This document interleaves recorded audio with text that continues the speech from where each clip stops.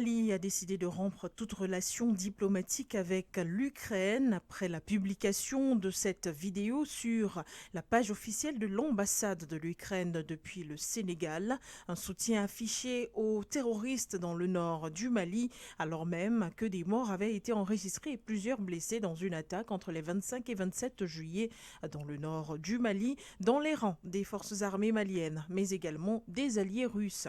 Une décision à laquelle Kiev n'a pas tardé de réagir. De quelle réaction s'agit-il? Kiev estime aujourd'hui que la réaction du Mali a été hâtive et non réfléchie.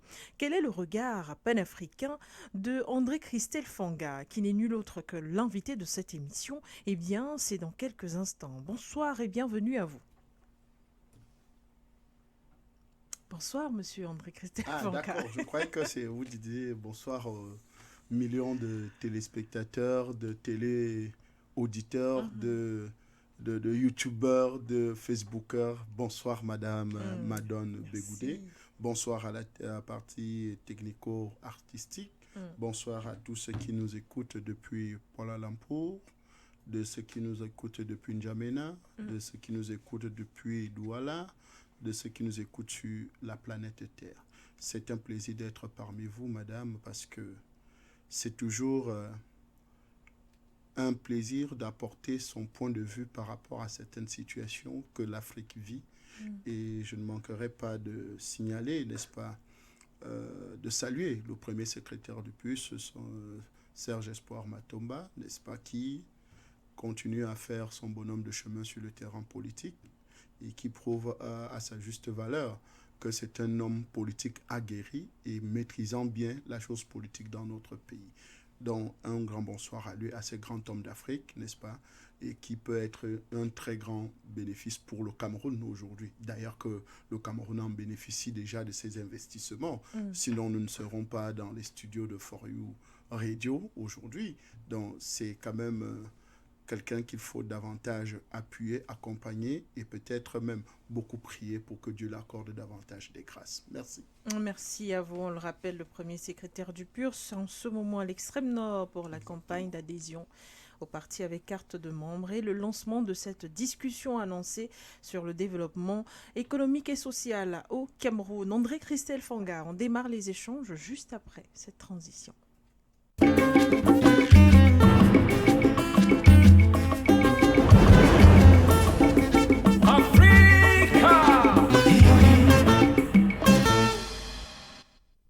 Puis le Sénégal pour le Mali, des terroristes ukrainiens se sont-ils déguisés en diplomates? En tout cas, c'est l'une des phrases que l'on peut retenir de la déclaration du ministre de l'administration territoriale, par ailleurs porte-parole du gouvernement au Mali, André Christelle Fanga. Il s'agit d'Abdoulaye Maïga, le colonel, qui a donc lu le communiqué qui annonçait la rupture diplomatique entre Kiev et Bamako. D'entrée de jeu, puisque l'actualité elle est pendante, le décor a été planté tout à l'heure lors de mes propos liminaires. André Christelle Fanga, pensez-vous que cette décision est à la hauteur des accusations envers Kiev, alors même que sur le territoire sénégalais, on a vu qu'un appel, une convocation de l'ambassadeur de l'Ukraine au Sénégal et un rappel de ses missions sur le territoire. La décision du Mali est-elle hâtive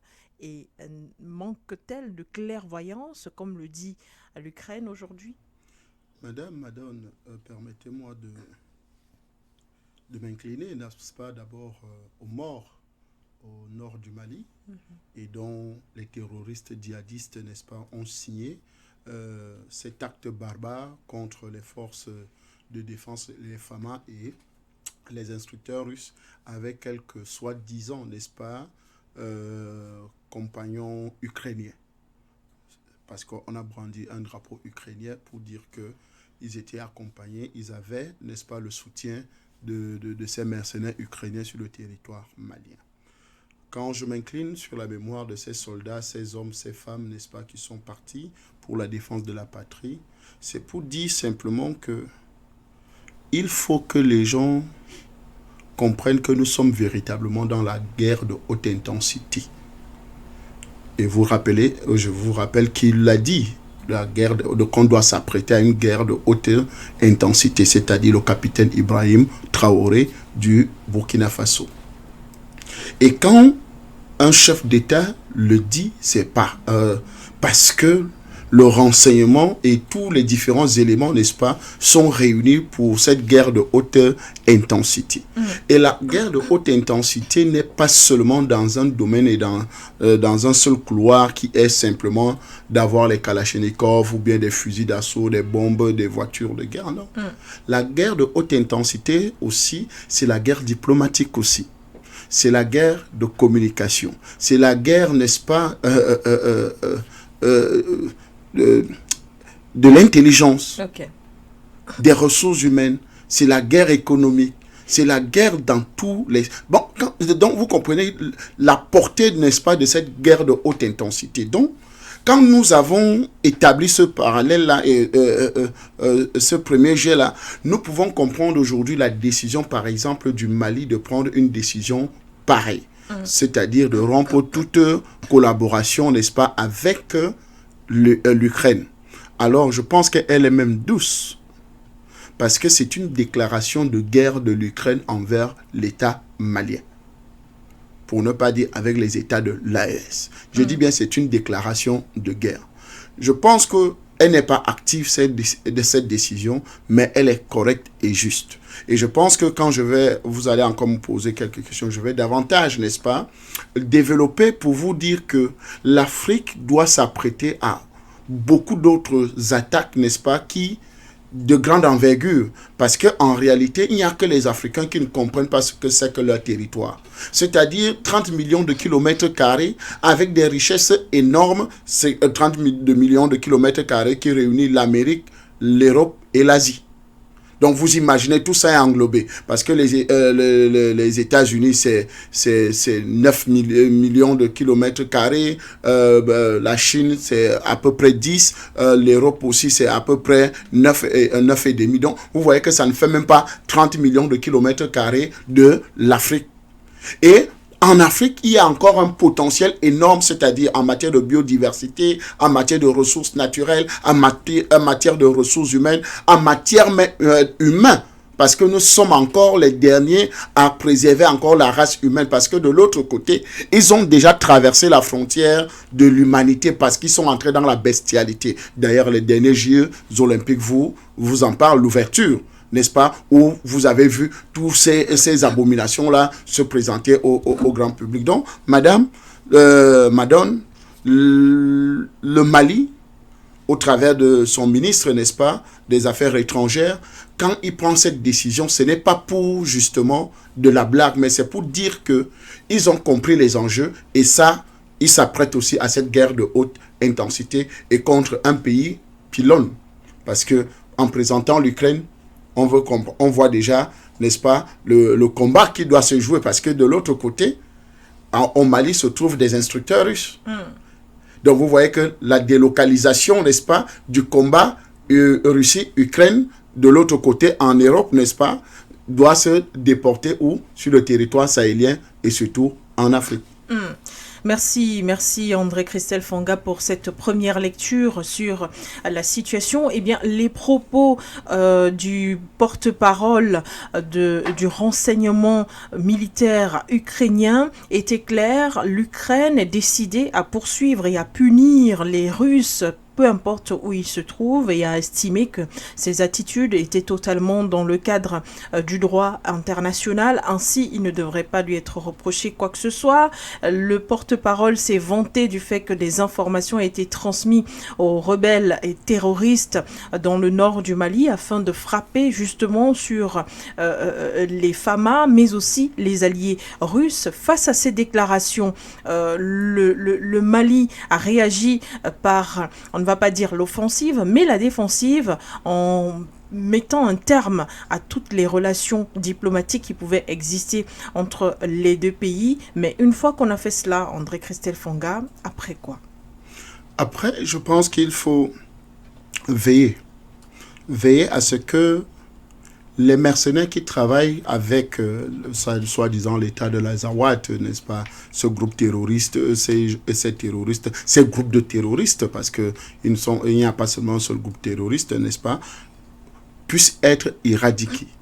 C'est-à-dire, c'est maintenant que la Russie, n'est-ce pas, avec son partenaire malien, doivent maintenant davantage se serrer les coudes pour justement mettre hors d'état de nuire les mercenaires djihadistes qui se trouvent sur le territoire malien et dans les frontières, parce que parfois on accuse l'Algérie de l'autre côté qui laisse passer les terroristes, on accuse la Mauritanie aussi, et bon, vous voyez que le Sénégal aussi est déjà quand même un peu ambigu. On ne sait pas si aussi il y a une ouverture de ce côté-là, mais c'est encore... rien n'est encore à signaler de l'autre côté. Mais nous savons tous qu'aujourd'hui, véritablement, la guerre Russie-Ukraine veut se déporter du territoire européen pour s'installer, en fait, au niveau du Sahel. Et donc, pour que nous puissions être prévenants, n'est-ce pas, nous devons tout faire pour éradiquer le terrorisme et le djihadisme sur l'État sahélien. Parce que si ce n'est pas fait, ils ne trouveront pas, n'est-ce pas, des alliés pour justement déstabiliser les différents États. Parce que aussi longtemps que les djihadistes vont exister, ils utiliseront ça comme le cheval de Troie, n'est-ce pas, pour justement transpercer les murailles, les barrières, les frontières qui sont en train de se constituer aujourd'hui avec l'AS, avec l'apport de la Russie. Donc, véritablement travailler, n'est-ce pas, très rapidement pour éradiquer ce phénomène-là. Et ça, je pense que si je ne me trompe pas, l'information est vérifiée, n'est-ce pas, où la Libye demande de rejoindre aujourd'hui l'AES. Je ne sais pas si c'est parce qu'il y a eu la visite, n'est-ce pas, d'une importante délégation, n'est-ce pas, libyenne au niveau du Mali. Donc, vous voyez et qui ont donné, n'est-ce pas, des garanties qu'ils veulent rejoindre l'AES. Et donc, si un pays comme la Libye, n'est-ce pas, malgré qu'il est un peu déchiré aujourd'hui, rejoint l'AES, alors ça va davantage resserrer, n'est-ce pas, les couloirs, n'est-ce pas, de passage des terroristes, parce que c'est quand même une vaste, n'est-ce pas, marée de sable qui quand on parle du Sahel, il faut regarder l'espace, c'est tellement grand, n'est-ce pas, cet espace sahélien là où il n'y a que du sable. Donc, véritablement, et ça, vous ne savez quelle route par où ces djihadistes, ou bien on peut larguer même, on peut même les déposer là. Parce que l'une des choses qu'il faut comprendre, et c'est pour ça que je dis que ce n'est pas des mercenaires ukrainiens qui étaient, n'est-ce pas, au niveau avec les djihadistes terroristes. Moi, je suis sûr d'une chose, c'est que les soldats français, les soldats américains, qui étaient postés justement au Mali, au Niger, au Burkina Faso, qui formaient d'autres pour Barkhane, d'autres, n'est-ce pas, les bases d'Agadez, la base américaine d'Agadez et de Niamey, n'est-ce pas, ne sont pas tous partis. Ils sont justement peut-être allés rejoindre les groupes de terroristes parce que avoir une telle précision, avoir un tel renseignement, n'est-ce pas, du déplacement, n'est-ce pas, des forces armées maliennes et des instructeurs russes qui ont aussi du matériel, n'est-ce pas, assez important. Alors, il faut des satellites ou bien des drones espions. Et ça, je voudrais vous rappeler, Madame Adon, la base américaine, n'est-ce pas, des drones qui se trouvait à Agadez est l'une des bases les plus importantes dans le monde. Et c'est cette base-là que le Niger demande de démanteler et qui a commencé déjà à être démantelée. Le dernier départ a été signé aujourd'hui. Voilà. Merci beaucoup pour la bonne information. Oui. Bravo, la journaliste. Donc, vous comprenez que cette base-là, à partir de là, elle contrôle, n'est-ce pas, elle peut aller un peu de partout. C'est-à-dire, on peut lancer les drones qui parcourent tout le Sahel, on peut lancer la zone sud, n'est-ce pas, en descendant. Donc, vous voyez qu'en fait, les Américains sont... pour ne pas dire les Américains, l'OTAN, dans sa globalité, est dans le Sahel pour déstabiliser, n'est-ce pas, tout pays qui a l'ambition de devenir un pays souverain. C'est-à-dire... l'OTAN comprend les enjeux, n'est-ce pas, de l'Afrique.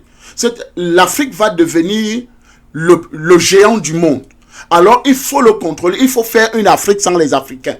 Il faut contrôler l'Afrique dans toutes ses bases, dans toutes ses frontières, dans son économie, dans sa politique, dans sa gestion, dans tous les aspects. Et donc, il faut tout mettre en œuvre. Donc, les hommes à abattre, c'est les Assimi Goïta, c'est Ibrahim Traoré, c'est le général Tiani, qui ont eu l'idée, n'est-ce pas, de penser à la souveraineté. C'est-à-dire de permettre que les pays comme cela deviennent véritablement des pays et non des indépendances factices que nous avons reçues sur papier, alors qu'en réalité, nous rendons toujours compte à la France. Donc, vous voyez que ce combat-là, c'est un combat hyper large. Et donc, ne se concentrer seulement sur l'Ukraine, c'est perdre de vue l'ampleur du combat que nous avons devant nous. Merci André Christelle Fanga. Eh bien, il y a une chose qui a attiré mon attention lorsque je préparais ce programme ou alors lorsque je me suis penchée sur l'actualité dont nous parlons, ce sont les propos du porte-parole du renseignement militaire ukrainien qui disait que depuis la Russie ne cesse de se déployer sur le territoire africain pour défendre et prêter main forte aux États africains sur le plan géopolitique, économique et même social, culturel et scientifique. Alors, il était temps que l'on prouve que la Russie ne peut pas tout faire, que la Russie n'est pas un allié si fort. Finalement, est-ce qu'on ne veut pas discréditer, je vais dire quoi, la présence russe sur le territoire africain, notamment dans le Sahel, car ces propos tournaient autour d'une présence russe qui est saluée en Afrique et qu'il fallait absolument salir ou alors il fallait montrer au monde que celle-ci n'est pas si importante, n'est pas si forte que ce que l'on peut croire. Vous savez, la stratégie pour des Otaniens pour fragiliser la Russie, c'est de le disperser dans ses combats. C'est-à-dire, la Russie, aujourd'hui, pour qu'on puisse l'atteindre au niveau de l'Europe, n'est-ce pas? Oui. Il faut qu'on délocalise les batailles. Vous avez vu la Russie au Moyen-Orient avec le cas de la Syrie, qui a intervenu et qui a mis fin, n'est-ce pas, à cette horde de barbares qui voulait faire partie Bachar al-Assad. Vous voyez qu'aujourd'hui, on multiplie, n'est-ce pas, les pôles de combat pour essayer de diminuer la force. Parce que, rappelez-vous, pour qu'on gagne Hitler à la Deuxième Guerre mondiale, il fallait diversifier les combats, c'est-à-dire les pôles de combat. Et comme Hitler avait une armée assez puissante, alors il fallait, n'est-ce pas, envoyer davantage les hommes à la bataille, envoyer les hommes à la bataille, envoyer les hommes à la bataille. Et finalement, quand ils sont tous dispersés, ça permet maintenant, ça crée des ouvertures, ça crée des fissures pour la pénétration aujourd'hui. Donc, c'est un peu cette stratégie-là aujourd'hui où il faut disperser les forces de la Russie. Et donc, ce n'est pas seulement discréditer, mais c'est une attaque frontale, n'est-ce pas, de l'OTAN ou bien, parce que celui qui parle là ne vaut pas grand-chose, mais il n'est que juste, n'est-ce pas, un instrument qu'on utilise parce que, comme son président, vous connaissez Zelensky, c'est un comédien. Zelensky, c'est un comédien. Allez-y, André Christelle. Mais vous soyez d'accord avec moi que M. Zelensky, c'est un comédien.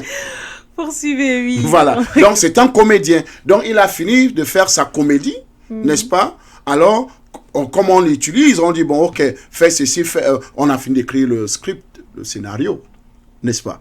Et on lui a seulement donné que, bon, tu joues telle partition, comme c'est toi l'acteur principal, voilà, tu as, n'est-ce pas, ta partition que tu vas jouer. Mais le vrai réalisateur, n'est-ce pas, du film est à l'extérieur. Donc, vous voyez que c'est ce qui est en train de se passer aujourd'hui, n'est-ce pas, avec le cas Ukraine au niveau du Sahel, pour essayer de faire croire que non, l'Ukraine est un très grand pays qui a des hommes qui fournit des informations, qui va même en guerre, n'est-ce pas? Alors que regardez les résultats, n'est-ce pas, de l'opération spéciale, n'est-ce pas, russe en Ukraine. Ils sont presque laminés un peu de partout, malgré la combinaison des forces avec l'OTAN. Parce que quand je parle de l'OTAN, vous avez les États-Unis, la France, l'Angleterre, l'Allemagne et tout ça qui appuient l'Ukraine sur leur propre territoire, mais qui sont laminés Donc, ce n'est pas s'ils sont laminés sur leur propre territoire où ils ont tous les instruments, toutes les installations, ils ont toutes les capacités. Ce n'est pas au Sahel qu'ils viendront prouver quelque chose ou bien viendront discréditer, n'est-ce pas, la puissance russe. Non. Je pense que c'est un élément, ce que nous devons prendre en compte, c'est que c'est un aveu que la Russie, justement, est en train de prendre de très grandes proportions au niveau du continent africain. Et sachez, et je voudrais vous rappeler que la Russie n'arrive pas aujourd'hui. La Russie a toujours été aux côtés des peuples opprimés de la terre.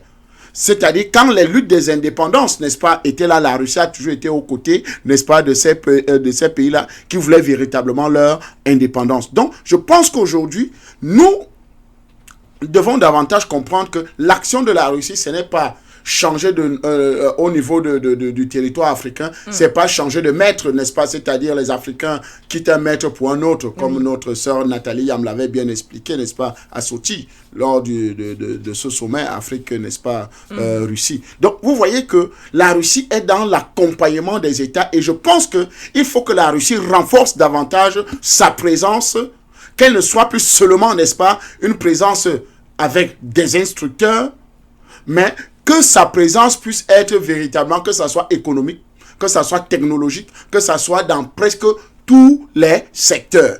Il faut véritablement un partenariat avec tous cette mastodonte-là qui aujourd'hui est comme un parapluie, n'est-ce pas, pour les pays en voie de développement qui, justement, veulent avoir leur souveraineté et leur liberté. Donc, véritablement, ces déclarations sont à prendre au sérieux. Pas parce que il dit ils vont discréditer ou bien ils vont nuire à la Russie. Non, parce qu'en réalité, ça ressemble, Russie... Oui, allez-y. Parce que la Russie, aujourd'hui, est en train d'aborder, n'est-ce pas, en fait, en train de grappiller les parts où ces pays otaniens avaient, n'est-ce pas, mis pied. Aujourd'hui, ils commencent à perdre pied dans ces territoires-là. Et donc, vous voyez qu'à chaque révolution, maintenant, la première des choses, c'est d'abord d'appeler la Russie dans les pays des vraies révolutions, pas des coups préparés comme au Gabon de chez Oligui Nguema. Vous savez que la transition au Gabon a été très appréciée par l'Union africaine. La commission de l'Union africaine a estimé que les travaux allaient bon train. Alors, il fallait apporter son soutien à la transition gabonaise. Bon, vous savez toujours que l'Union africaine, c'est l'Union européenne. Je n'en dis pas plus. Sauf si vous voulez que je détaille. Non, l'Union africaine n'est qu'une petite chambre, n'est-ce pas, de l'Union européenne. Quand vous êtes financé à 70% par l'Union européenne, et qui font l'Union européenne? Von der Leyen, président de la Commission de l'Union, n'est-ce pas, c'est elle qui est la vraie patronne. Le président en exercice de l'Union européenne, c'est monsieur, je crois, c'est Macron aujourd'hui, n'est-ce pas? Je crois, ou bien son mandat est passé déjà, je ne sais pas. Bon, ça ne m'intéresse pas beaucoup, mais on sait que c'est le vrai patron de l'Union africaine, c'est le vrai patron de la CEDEAO, c'est le vrai patron de la CEMAC, c'est le vrai patron de la SADC, en fait, de ces micros, n'est-ce pas, regroupements, n'est-ce pas, sous-régionaux. Donc, vous voyez que le combat n'est pas seulement une affaire de... En fait, le combat pour la souveraineté n'est pas une affaire de blague. Et je crois qu'un sage africain avait dit, si vous êtes apprécié par les Occidentaux, sachez que vous êtes, n'est-ce pas, vous gérez mal votre pays. Mais si vous êtes combattu par les Occidentaux, ça veut dire que vous gérez bien votre pays. Parce que c'est quand ils ont la possibilité d'exploiter votre sous-sol, exploiter vos ressources humaines, exploiter tout ce que vous avez, n'est-ce pas, qu'ils vous apprécient. Quand vous faites leur politique, voilà, vous êtes très d'accord, vous êtes très amis. Donc, Oligui Nguema, c'est l'ami de Macron, c'est le petit bébé de Macron, n'est-ce pas, qui lui donne un peu de lait pour l'encourager. D'ailleurs, vous savez qu'aujourd'hui, la charte, n'est-ce pas, de la transition permet qu'il soit candidat aux élections. Donc, quand on va organiser après les assises, n'est-ce pas? Oui. Voilà, et qu'il soit candidat aux élections. D'ailleurs, il y a déjà des appels à candidature. Oui. Et voilà. Et donc, vous voyez que ça continue dans ce sens-là. Donc, madame, c'était juste une légère digression, mais nous restons focalisés, n'est-ce pas, sur l'apport de l'Ukraine, n'est-ce pas, aux djihadistes terroristes au Sahel, c'est pas les Ukrainiens. Moi, j'en suis sûr, c'est pas les soldats ukrainiens qui ont accompagné, c'est les Américains, en fait, c'est l'OTAN, n'est-ce pas, qui est en guerre contre les souverainistes africains au niveau du Sahel. L'Ukraine a déjà des difficultés dans son armée et se retrouve en train de recruter des plus jeunes et des très vieux au sein de son armée. Alors votre analyse est parfaitement compréhensible, André Christelle Fanga. Alors on va poursuivre avec cette déclaration. Alors ce communiqué de la CEDEAO, on rappelle que la CEDEAO également a tenu à réagir ce 5 août 2024. Alors dans sa réaction, la CEDEAO condamne évidemment les actes de terrorisme contre le territoire malien et des actes d'ingérence sans toutefois mentionner de quel pays il s'agit ni de quel territoire il s'agit. Maintenant, en ce qui concerne la réaction de la CEDEAO, est-ce que vous pensez, André Christelle Fanga, que c'est une réaction qui pourrait apporter un peu de reconfort, de soutien au Mali, bien qu'il ne soit plus, qu'il ne fasse plus partie de cette organisation? Vous savez, c'est la stratégie pour essayer de faire croire aux gens que on est ensemble. Bon. Oui, mais si la CEDEAO n'avait pas réagi, cela aussi... écoutez, ça ne fait ni chaud ni froid. Vous savez, il y a l'une des proverbes africains qui dit que même quand tu danses sous la pluie, ton adversaire dira toujours que tu soulèves la poussière. Donc même quand tu marques les pas de danse sous la pluie, vous savez que quand la pluie a déjà mouillé le sol, c'est impossible d'avoir la poussière. Mais votre adversaire vous dira toujours que vous êtes en train de soulever la poussière. Donc, il n'appréciera jamais vos efforts. Donc, peu importe ce que la CEDEAO va dire, ça ne vaudra absolument rien du tout parce que la plupart de ceux qui sont actuellement à la gouvernance de la CEDEAO sont des otaniens. C'est-à-dire, Talon, c'est un otanien. Ouattara, c'est un otanien. Qui encore bon, je doute encore beaucoup s'il est déjà aussi otanien. Le président du Sénégal, Joe Maïfaï. Bon, attendons voir, observons encore. Donc, vous voyez que le Togo, que ça soit ces différents États-là, c'est des gens qui travaillent pour l'Occident. Et donc, nous sommes en guerre avec l'Occident. C'est une guerre de civilisation. C'est une guerre, n'est-ce pas, de préservation de l'avenir de la race humaine. Parce que les Européens veulent préserver, n'est-ce pas, leur économie, leur tissu social. Parce que vous imaginez, si un seul instant, le Sahel devient véritablement libre, la CEDEAO, certains pays de la CEDEAO deviennent véritablement souverains, les économies européennes vont chuter. Principalement, la France va chuter. Et d'ailleurs, qu'elle a même déjà chuté, n'est-ce pas? Il y a déjà quand même les délestages en France. Il paraît qu'on a exporté l'expertise, n'est-ce pas, de Eneo.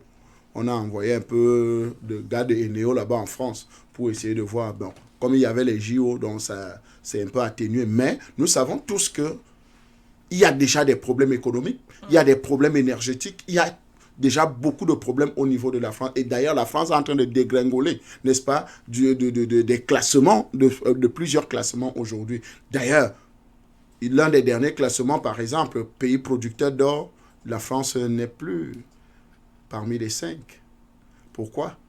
Parce que l'or burkinabé et l'or malien ne font plus partie, n'est-ce pas, de l'exploitation abusive, n'est-ce pas, de la France. Donc, véritablement, au fur et à mesure que nous voyons, n'est-ce pas, les agissements de la CEDEAO, ça nous laisse à désirer parce qu'en réalité, ils ne sont pas au service, n'est-ce pas, des peuples, ils sont au service des maîtres impérialistes. Merci André Christelle. André Christelle Fanga, eh bien, à présent, on va bientôt sortir de ce sujet pour aborder la deuxième et dernière thématique, la réaction de l'Ukraine. On en parlait déjà tout à l'heure. L'Ukraine estime être une victime dans l'histoire car elle s'efforce de rétablir la justice et parce qu'agressée par la Russie. Alors, estime aussi que la réaction du Mali est imprévoyante et hâtive, estime que le Mali n'a pas pris la peine de recouper suffisamment les informations avant de juger l'Ukraine qui continue de clamer son innocence en ce qui concerne le soutien des terroristes, que ce soit dans le nord du Mali ou où que ce soit dans le Sahel. Madame, nous sommes à une phase extrêmement importante de notre devenir. Une phase extrêmement importante, c'est-à-dire que tout ce que l'Occident fait, nous devons l'analyser en profondeur. C'est-à-dire, quand nous parlons de l'Occident, parce que je vous ai dit que l'Ukraine n'est que le paravent, n'est-ce pas? C'est-à-dire celui qu'on place devant. Et que nous, les Sahéliens, vous voyez que moi, je suis déjà Sahélien. Vous voyez un peu, parce que dans l'option, n'est-ce pas, de cette nouvelle Afrique que nous voulons, s'il faut une nouvelle Afrique, n'est-ce pas, une nouvelle façon de nous appeler, une nouvelle façon de voir les choses. Et donc, dans cette bataille-là, nous devons véritablement analyser point par point, jusqu'au moindre détail. Parce que si nous n'analysons pas ces agissements-là de l'ambassadeur, de l'ambassade, n'est-ce pas, de l'Ukraine au niveau du Sénégal, et que le Sénégal ne réagisse que en rappelant simplement à l'ambassadeur que vous n'êtes pas ici pour ce genre de travail, vous devez faire, vous êtes là, un diplomate, donc vous devez faire justement rien que de la diplomatie. Non, le Sénégal a aussi rappelé beaucoup plus à l'Ukraine, enfin à l'ambassadeur de l'Ukraine au Sénégal, que le Sénégal a toujours été neutre dans la crise russo-ukrainienne. Ça, c'est l'idée générale de la réaction du Sénégal.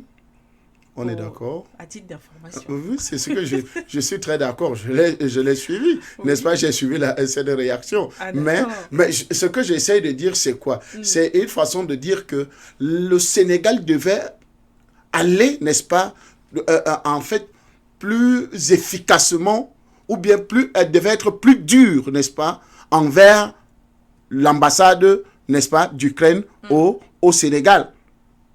Vous voyez un peu, parce que dire seulement... le même type de décision que mais Mali, bien sûr, exactement. Parce que c'est pour ça que je ne fais que parler des enjeux, n'est-ce pas, de tout le Sahel et peut-être de toute l'Afrique et de tout, n'est-ce pas, qui sont en train de se jouer actuellement au niveau du Sahel. Et donc, le Sénégal devait justement prendre une position plus dure, parce que c'est à partir de son territoire que ces déclarations ont été faites. À partir de l'ambassade ukrainienne, n'est-ce pas, basée au Sénégal. Et donc, moi je vous dis, si moi, par exemple, j'étais un haut responsable, n'est-ce pas, malien, je déclarerais la guerre au Sénégal. Pourquoi? Parce que c'est sur son territoire que ce genre d'agissement, et qu'il n'y a qu'une réaction, n'est-ce pas, aussi molle. C'est-à-dire en rappelant à l'Ukraine que non, nous on a toujours été neutre. Vous n'allez pas être neutre toute la vie. Oui, madame, vous n'allez pas être neutre toute la vie. D'ailleurs, personne ne vous dira qu'il est neutre. Il a toujours un petit sentiment, n'est-ce pas, concernant une partie. Alors, c'est que le sentiment du Sénégal a été dévoilé. C'est-à-dire, expliquez-nous. Je vous pose la question. Mais bien sûr, le sentiment du Sénégal a été dévoilé. Okay. En disant qu'ils sont partisans. Partisans pour qui? Mais des pays otaniens. Vous voyez un peu? Okay. Des pays otaniens. Parce que si ils étaient en accord avec les Sahéliens, c'est-à-dire le Mali, le Burkina Faso et le Niger, ils auraient pris des décisions plus fortes. Et d'ailleurs même, ils devaient expulser cet ambassadeur. Ah oui, l'ambassade d'Ukraine devait être même fermée. Parce qu'on ne peut pas le dire pour des Maliens qui sont morts. Des milliers quelques militaires, n'est-ce pas, et quelques instructeurs russes sont morts.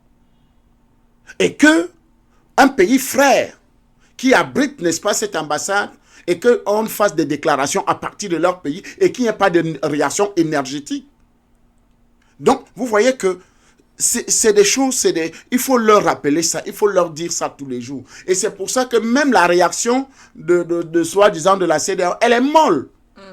Parce que la CEDEAO, justement, devait prendre des positions assez grandes. Si elle veut convaincre, n'est-ce pas, les autres que nous sommes toujours ensemble, que nous sommes disposés davantage à vous accompagner, n'est-ce pas, ou bien d'être toujours ensemble. C'est pour ça qu'il faut toujours faire la différence entre la CEDEAO des peuples et la CEDEAO étatique, ou bien élitiste. Cette CEDEAO, n'est-ce pas, des chefs d'État, des réunions des chefs d'État qui n'a rien à voir avec, n'est-ce pas, le peuple et les populations. Donc, véritablement, madame, pour dire que nous devons réfléchir de manière globale à cette bataille qui est en train de se jouer aujourd'hui. Parce que ce n'est pas seulement discréditer la Russie.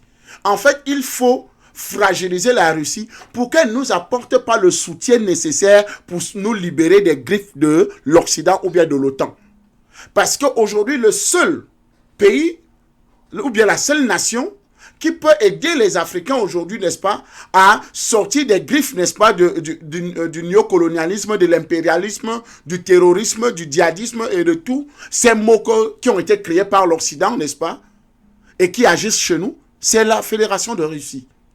Et cette fédération aujourd'hui est dans l'option aussi de renverser les paradigmes, n'est-ce pas, qui ont été installés, des construits qui ont été installés, des systèmes qui ont été installés dans le monde en disant les États-Unis sont le gendarme du monde. Quand ils toussent, tout le monde, allez, doit peut-être mettre les mains comme à l'ancienne époque, n'est-ce pas, que dès qu'un Américain tousse, allez, tous les autres pays du monde mettent les mains pour recueillir, n'est-ce pas, les salives et se frotter le visage avec.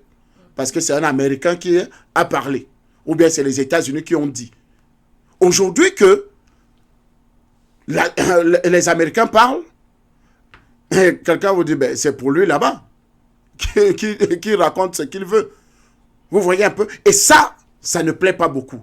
Et donc, c'est la déclaration de guerre, n'est-ce pas, de ces pays de l'OTAN aux pays africains en se basant, en faisant croire que non, c'est l'Ukraine qui est en train de poursuivre ses combats au niveau du Sahel, son combat contre la Russie au niveau du Sahel, alors que ce n'est pas vrai du tout. Donc, véritablement, Madame Begoudé, nous sommes des soldats. Nous devons batailler parce que nous avons une arme devant nous, c'est-à-dire le micro. C'est une arme puissante. Et donc, nous devons les utiliser et nous devons continuer à l'utiliser, n'est-ce pas, pour le combat que nous menons tous les jours. Parce qu'en réalité, si nous ne nous communiquons pas pour notre Afrique, alors, For You est un bel exemple aujourd'hui qui communique pour le bien-être des Africains avec le regard panafricain où nous sommes aujourd'hui, qui produit des résultats incroyables et énormes. Et je pense qu'aujourd'hui, il faut davantage, n'est-ce pas, que ces instruments se multiplient, que nous ayons, n'est-ce pas, des émissions, de temps et tout ça, toutes les informations nécessaires. Et c'est pour ça que je peux profiter de votre antenne pour dire, par exemple, aux États, n'est-ce pas, du Sahel, que mais pourquoi vous n'accueillez pas For You chez vous? Pourquoi vous n'ouvrez pas les portes? Pourquoi vous ne communiquez pas à chaque décision, à chaque instrument, à chaque chose que vous, n'est-ce pas, vous prenez? N'est-ce pas, For You peut vous accompagner justement pour davantage sensibiliser, édifier, informer, n'est-ce pas, les peuples africains et le reste du monde, n'est-ce pas, sur les batailles. Parce que vous savez que la communication aujourd'hui est l'une des armes les plus fortes et les plus puissantes aujourd'hui dans le monde. Ne comptez pas seulement sur les drones, ne comptez pas seulement sur les pistolets, sur les armes, les chars, les voitures et tout ça, non. Même le média fait partie, n'est-ce pas, aujourd'hui de l'arme de combat. Et donc, il faut les avoir. Il faut avoir For You avec vous. Chers dirigeants du Sahel, davantage ajouter à votre carquois, n'est-ce pas, les éléments de bataille, les flèches, n'est-ce pas, pour le combat. Et For You fait partie de ces éléments de combat-là. Merci André Christelle Fanga pour cet appel pour For You Media Africa. Je vous propose que l'on prenne une transition. On reviendra, c'est pour discuter de l'actualité en République démocratique du Congo. Le pays que j'aime beaucoup. Je sais.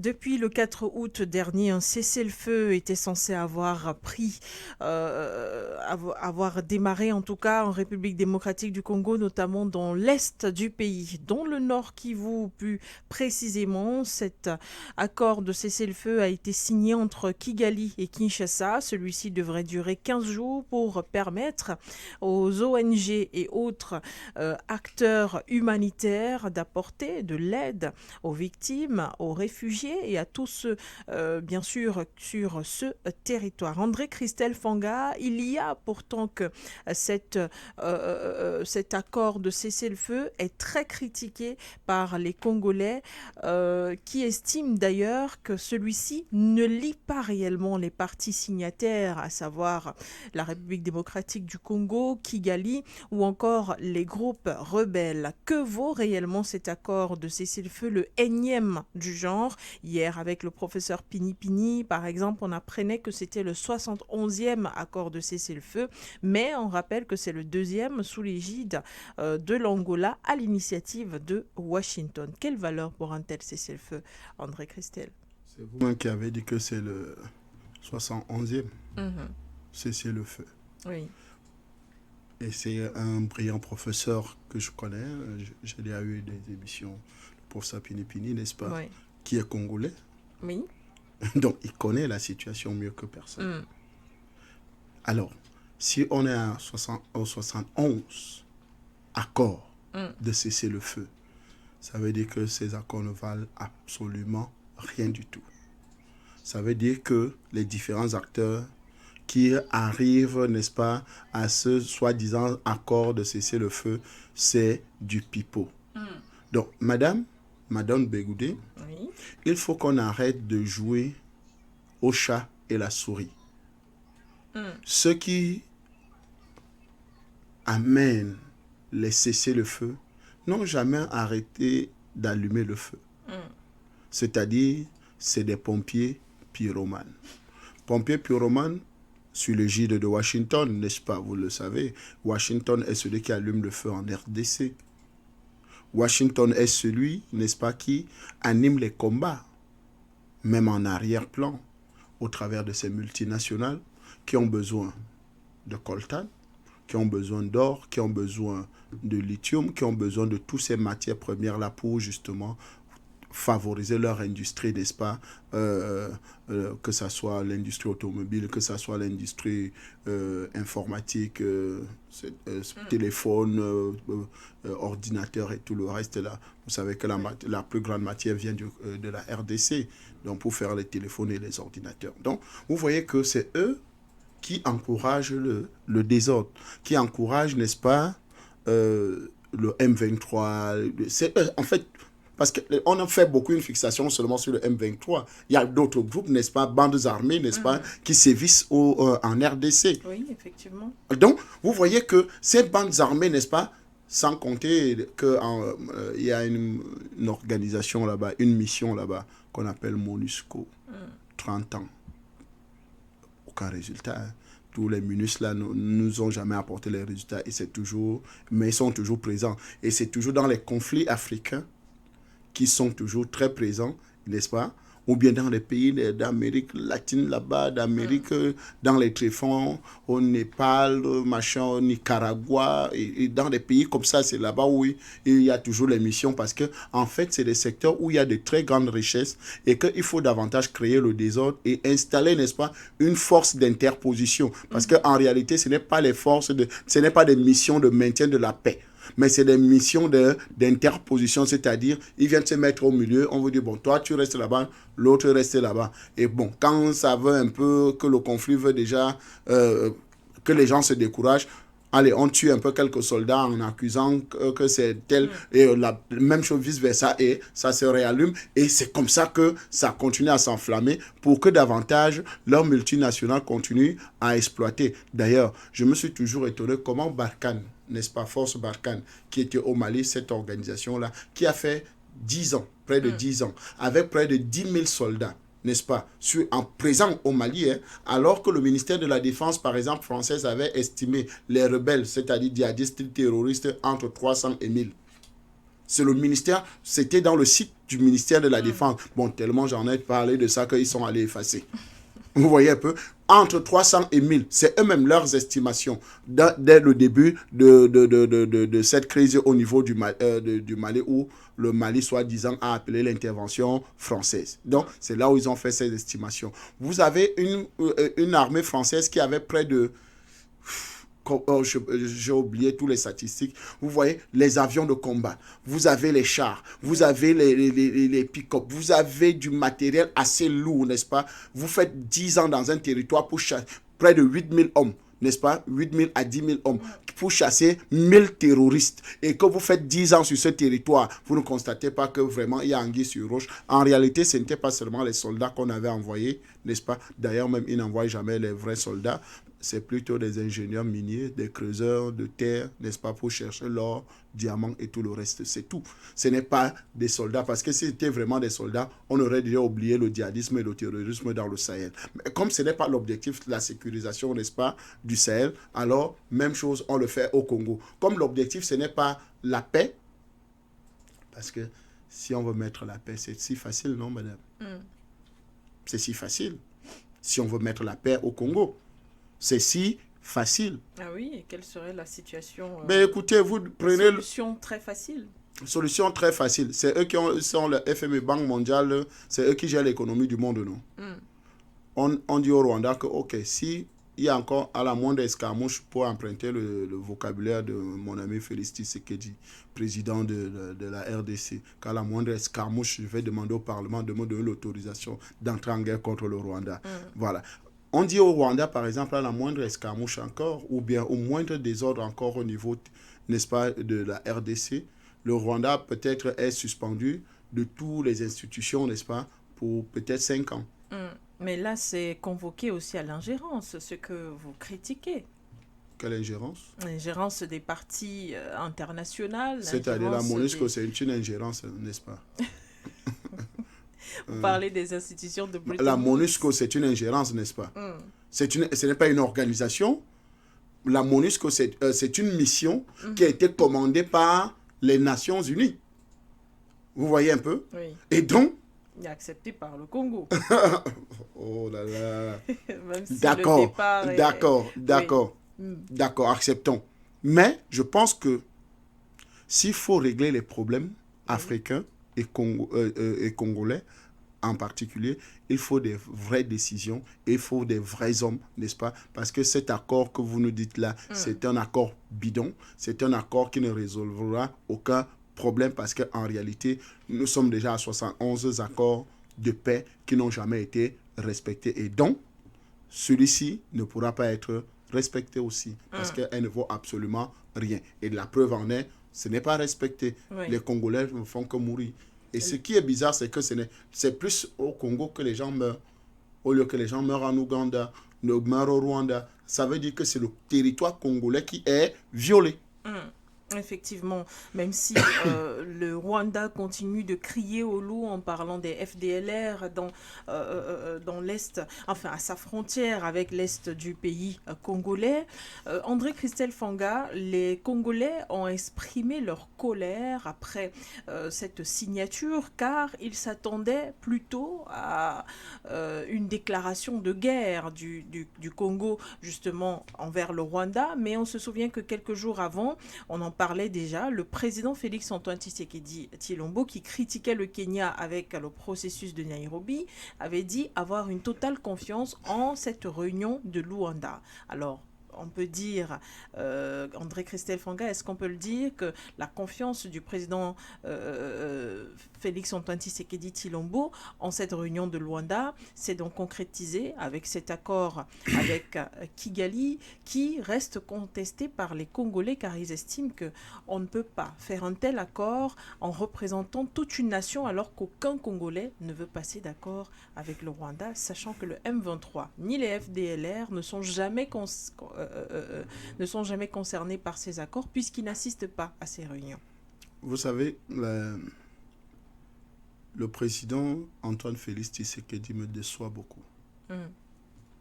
J'avais beaucoup d'espoir pour ce deuxième mandat dont il a entamé. Parce que le premier, on pouvait dire, bon, ok, il avait encore... Il devait s'acclimater. Oui, il devait s'acclimater et il y avait beaucoup de contournements, beaucoup de choses qu'il ne maîtrisait pas parce que le clan Kabila avait déjà noyauté le pays, avait déjà pris possession de beaucoup de choses, était même en concubinage incestueux avec le Rwanda, n'est-ce pas? Vous savez que Kabila, Joseph, était avec Kagame, même dans la rébellion. Vous voyez un peu, donc parmi même les éléments de Kagame, il y a des photos, hein, des éléments de Kagame. On voyait Kabila juste derrière, n'est-ce pas, qui l'accompagnait. Donc, vous voyez que le premier mandat est passé. Et le deuxième mandat, le président Félix Tshisekedi nous a dit, donnez-moi ce mandat pour régler le problème, pour sécuriser la RDC. Donnez-moi ce mandat pour que je mette fin au M23 qui... Mais aujourd'hui, ça devient les signatures des accords sans la présence du M23. Qui réclame d'ailleurs des discussions avec le gouvernement de Kinshasa. Sans la présence, n'est-ce pas, des FDLR. Voilà. Sans la présence, en fait, des vrais acteurs de cette crise sur le terrain. Vous voyez un peu. C'est des discussions de palais, c'est des discussions entre États, c'est des discussions entre bons petits déjeuners, discussions autour des biscuits fourrés.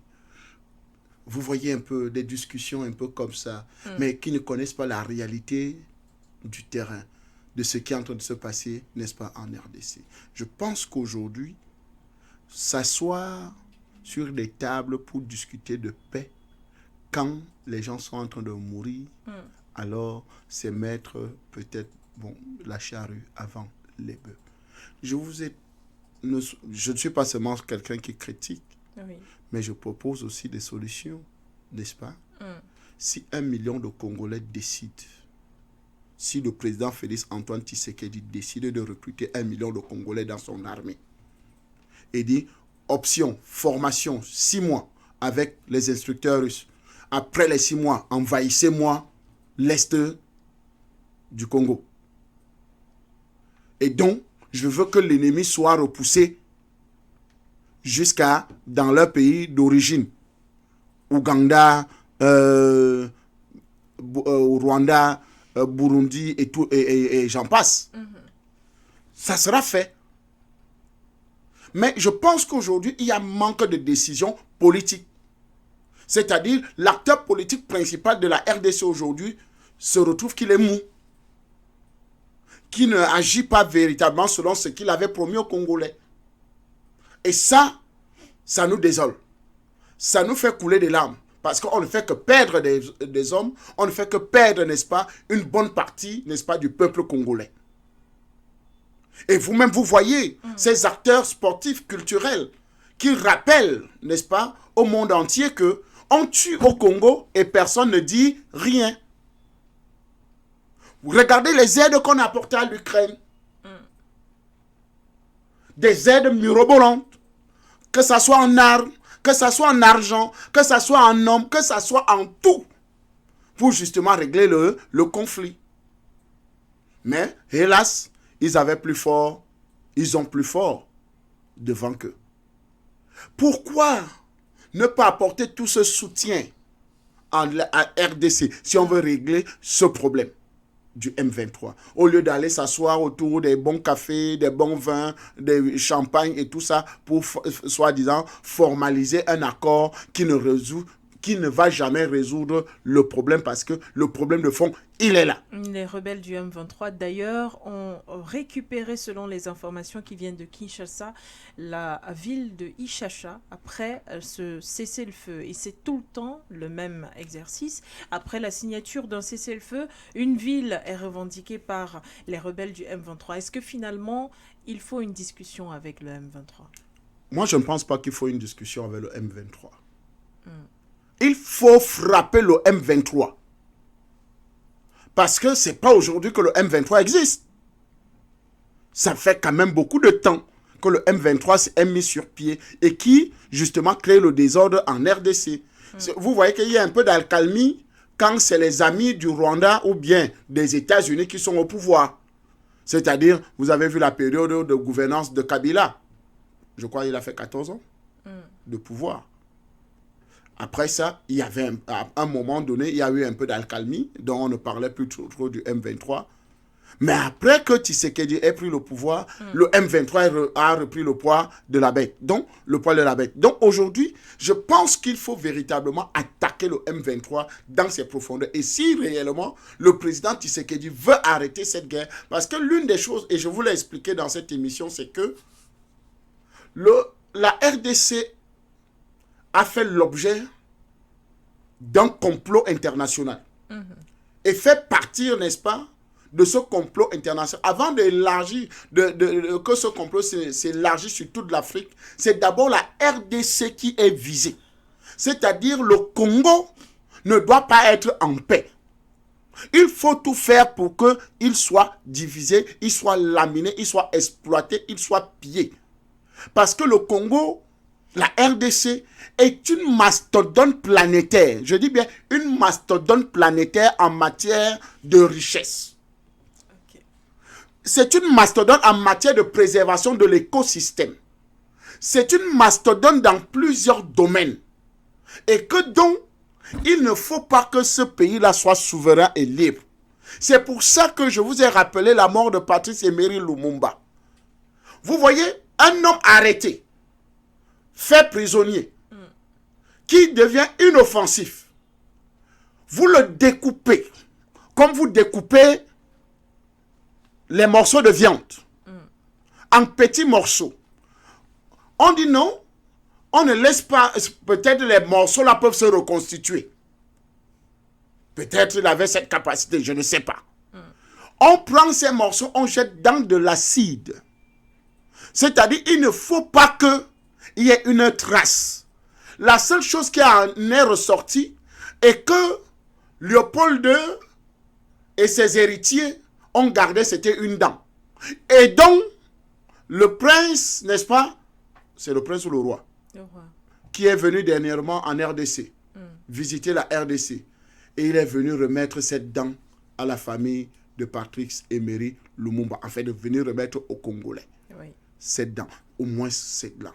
Alors, vous imaginez tant de barbarie face à un homme qui avait un message, qui avait une mission, qui avait, n'est-ce pas, un engagement pour la liberté de son pays. Subir un tel sort, ça veut dire que ce pays-là est très convoité, sera toujours très convoité. Et donc, on organisera toujours le désordre en RDC. Quand ça ne sera pas à l'est, ça sera au nord. Quand ça quitte au nord, ça va à l'ouest. Quand ça quitte, en fait, on trouvera toujours des instruments pour déstabiliser les pays comme la RDC. En fait, comme tous les autres pays qui sont extrêmement riches en Afrique. En fait, on trouvera tout pour déstabiliser l'Afrique. Parce que parler seulement particulièrement de la RDC, il faut comprendre que l'Afrique fait partie du grand complot mondial, n'est-ce pas, des impérialistes, de faire de l'Afrique, n'est-ce pas, un territoire, un comptoir, n'est-ce pas, une Afrique sans les Africains. Et c'est pour ça le métissage accéléré. C'est pour ça, n'est-ce pas, le mixage où on essaie d'imposer, on essaie de faire, on essaie de nous faire croire qu'il y a des soldats ukrainiens, mercenaires ukrainiens dans le Sahel, alors qu'en réalité, madame, laissez-moi vous rappeler, oui. Quand on parle des soldats américains, français et tout, européens, les gens pensent toujours à voir un blanc. Je vous ai toujours pris l'exemple de celui qui est en Guinée-Conakry. Mamadi Doumbouya. Président Doumbouya. De monsieur Mamadi Doumbouya. C'est un sergent-chef. Hein. C'est Alpha Condé qui a fait de lui colonel, lieutenant-colonel. Aujourd'hui, il est général. Bon, je ne sais pas. Mais il n'a que la formation de sergent-chef, je crois, ou adjudant, quelque chose comme ça. Merci André Christelle Fanga. Un bonsoir particulier aux Guinéens qui nous écoutent depuis la Guinée-Conakry. André Christelle Fanga, Regard panafricain, c'est terminé. Le temps passe vite. Écoutez, je pense qu'il y a eu une parodie de une comédie judiciaire au niveau de la Guinée-Conakry. Vous n'estimez pas que c'est une victoire du CNRD? Avec Dadis Camara, n'est-ce pas, qui a été condamné... Bon, ils ont fini la comédie. Vous savez que ça a été un spectacle lugubre, n'est-ce pas, pour essayer de perdre du temps de Mamadi Doumbouya, qui ne sait pas où il se trouve, qui ne sait pas quoi faire de la Guinée jusqu'à présent, parce que les autres ont avancé. D'ailleurs, vous vous rappelez les deux sommets, il y a eu les sommets de l'AES et le sommet, n'est-ce pas, de la CEDEAO presque au même moment. Il n'a participé à aucun. Finalement, il est où? Il a dit qu'il ne quittera pas la CEDEAO. Je dis bien, il y a eu les deux sommets. C'est-à-dire sommet des États de l'AES, n'est-ce pas? Sommet, n'est-ce pas, de la CEDEAO. Il n'a participé à aucun des sommets. Finalement, il se trouve où? Bon, il dit qu'il ne quittera pas la CEDEAO. OK. tant mieux qu'il continue. Merci André Christelle Fanga pour votre expertise, votre temps, disponibilité, vos analyses apportées dans le cadre de cette émission Regard panafricain. Ce fut donc un plaisir d'échanger avec vous. À vous qui nous avez écoutés, merci infiniment. Restez sur For You Radio car les programmes et l'information se poursuivent. Quelle est à la mise en onde de cette émission. Merci à vous Fanga. À très bientôt sur For You Radio. Et puis on dit au revoir à ceux qui nous écoutent depuis la RDC. Kinshasa. Lubumbashi. Voilà.